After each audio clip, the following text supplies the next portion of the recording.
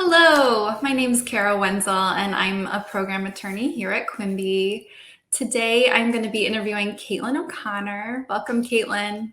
Thank you. Happy to be here.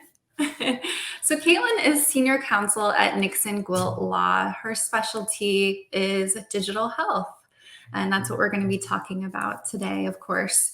She combines her business and corporate knowledge with healthcare to provide real world solutions for clients at that interesting intersection.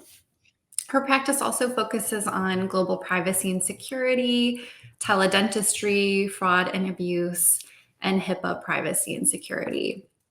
So she provides legal, regulatory, and business guidance to healthcare providers across the spectrum of care, as well as early stage companies and vendors in the healthcare industry. Caitlin's specialty, though, is remote patient monitoring, or RPM, and she leads Nixon Gwilt's RPM practice alongside managing partner Carrie Nixon. And Caitlin really enjoys working with new RPM vendors to implement practical business solutions and accelerate growth in this really expanding industry, it sounds like. Caitlin is a graduate of Syracuse University, and she went to William and Mary for law school, where she was on the Business Law Review. Now she's a member of the Virginia Bar Association and the Connected Health Initiative, as well as the Virginia Cannabis Industry Association. And she's a mentor for Jumpstart Foundry. That's an investment group that focuses on healthcare technology. So Caitlin currently lives in Richmond with her fiance, Sean, and their two dogs, Oshi and Millie. Welcome, Caitlin. Thank you, Kara. I'm glad to be here. I'm excited. So thank you again, Caitlin, for joining us today. We're going to be talking about Telehealth 101. Before we get into this, I really wanted to talk about some kind of context for when this might occur, different ways that physicians and nurse practitioners and others might practice telehealth. Is it typically on the phone? I'm guessing more than that.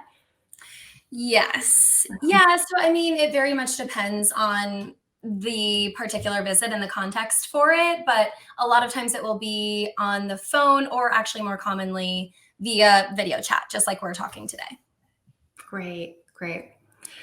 So, getting into the legal definition, can you tell us a little bit more about the way that either federal statutes or entities define telehealth? What is this? Sure. So I think when we talk about telehealth in the legal context, it's important to keep in mind that there are lots of different ways that people will use the term telehealth. So if you're talking to your friend and someone who's not familiar with the legal context, they might think of telehealth as texting their doctor or talking to them on the phone, like we just mentioned, or other areas that are more common, like quick back and forth communication. When we talk about telehealth in the legal context, we have to keep in mind that there is actually a federal definition of telehealth. And that's really important if you, as an attorney, have clients that are trying to get reimbursed by Medicare or by state Medicaid programs or by commercial payers. You'll want to know that difference.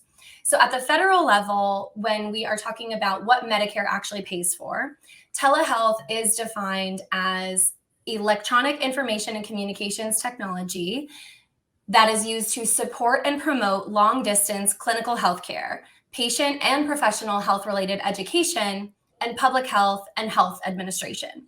So it's still a pretty broad definition, but then when we dig into what that actually means and what the details are, there are lots of specifics that apply as well. So again, when you want to get reimbursed at the Medicare level for telehealth, there are lots of restrictions that you're going to want to keep in mind.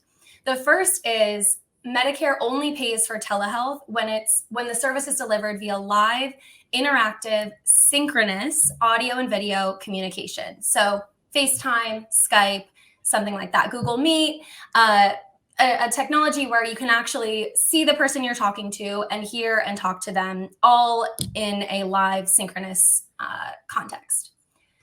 The other requirements that are very important are relate to where the patient is located and where the practitioner is located. So the patient has to be located at what Medicare calls an originating site.